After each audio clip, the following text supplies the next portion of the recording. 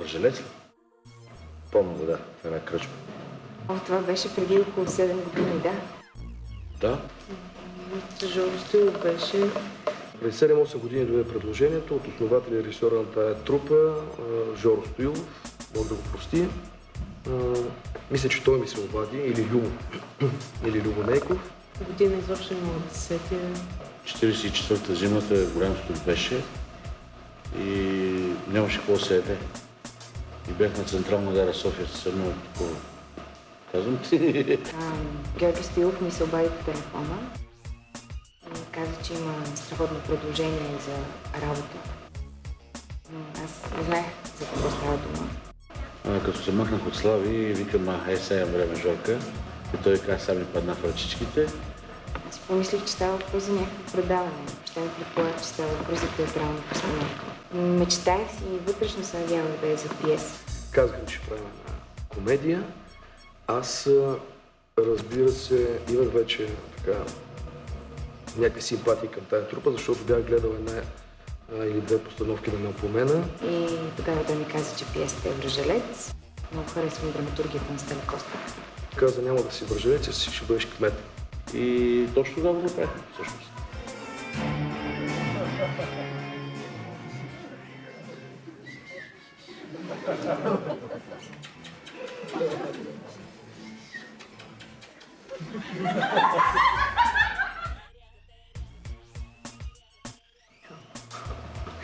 Репетициите. Както винаги, това е една от най-хубавите моменти в Мелпомена. Репетициите бяха един много дълъг и мъчителен процес.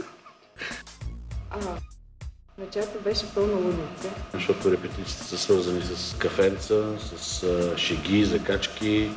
Репетиционният процес е много смешни случки с Митко и с Любо.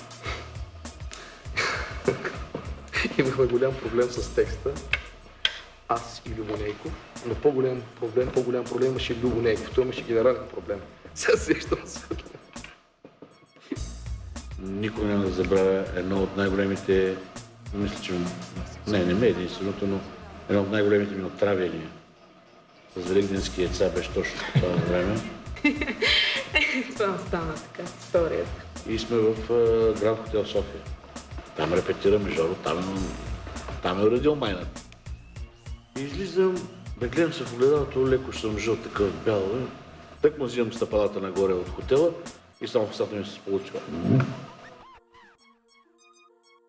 С това ще запълна репетицията на Връжелец, човече. Приятно беше, приятно. Помня, че репетирахме бързо и много се забавлявах. В началото не. Да, очаквал съм да си играя. Не, заклевам се. Надявала съм се, но... Честно казано не. Много ми е приятна среща с актьорите, с колегите. Това за мен е празник. Но с времето разбрах, че когато човек си обича работата и когато играе и със сърцето си, публиката го оценява и иска още и още. Това представление, мисля, че 200 пъти вече играно. Така да усеща се. Това се усеща. Актьора не мога да го излъжеш. Много аргументи мога да кажа, но първо това е българска драматургия. Второ, Не трябва да се гледа никога това представление. Защо? Защото не трябва. Скоро си говорих с един мой приятел, който беше ходил да гледа едно друго представление и каза, че е излязъл 3 пъти по-натъжен. Трябва наистина, като се влиза в театъра, да има някакъв по-жизнерадостен смисъл.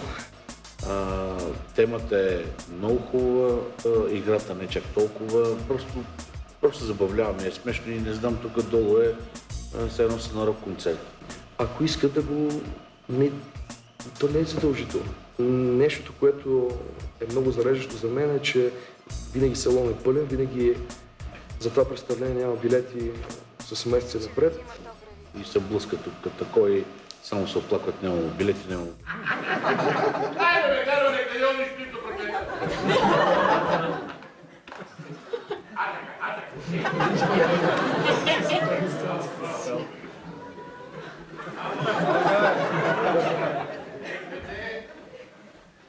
Айде честитата и чисто нова лятна резиденция. Тая година резиденция, до година президенция. Господ, силта Господ. Сергей! Дай ми туханът. Всички ръки да почерпите светия синод. Адима, Адима! Адима, Адима! Адима, Адима!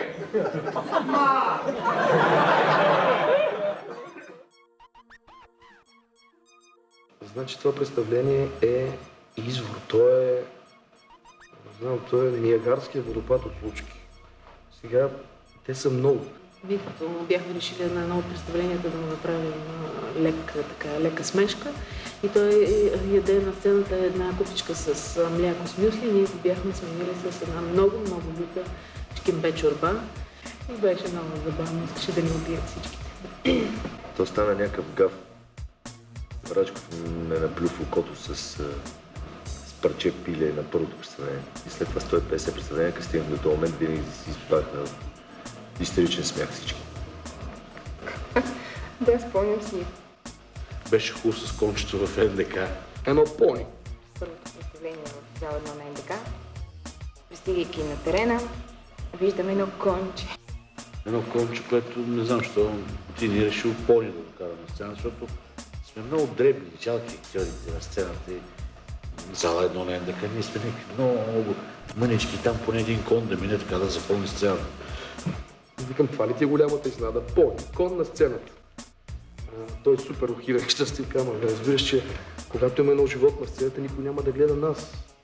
Като коня ще се разкарва. Беше толкова сладко това конче и през цялото време седеше отстрани. И коня правеше. Публиката вече изпадаше в екстаз. Нямаше актьори. Се чудихме какво го правим толкова накрая. Митко го фана и изведе го, показа го на зрителите, че имаме код и го прибра. Това беше. Един кръг с него само за да оправдаем Тиня, че имаме кон. Бати простотията. Така съм се спял. Не можем да изкажем репликите от смеха. Кон просто да го покажем, някакво пони, защото така и така е платено за деня. От цирка го намерил там, от тия Цирк дю Солей, че го беше взел. От наем за един ден.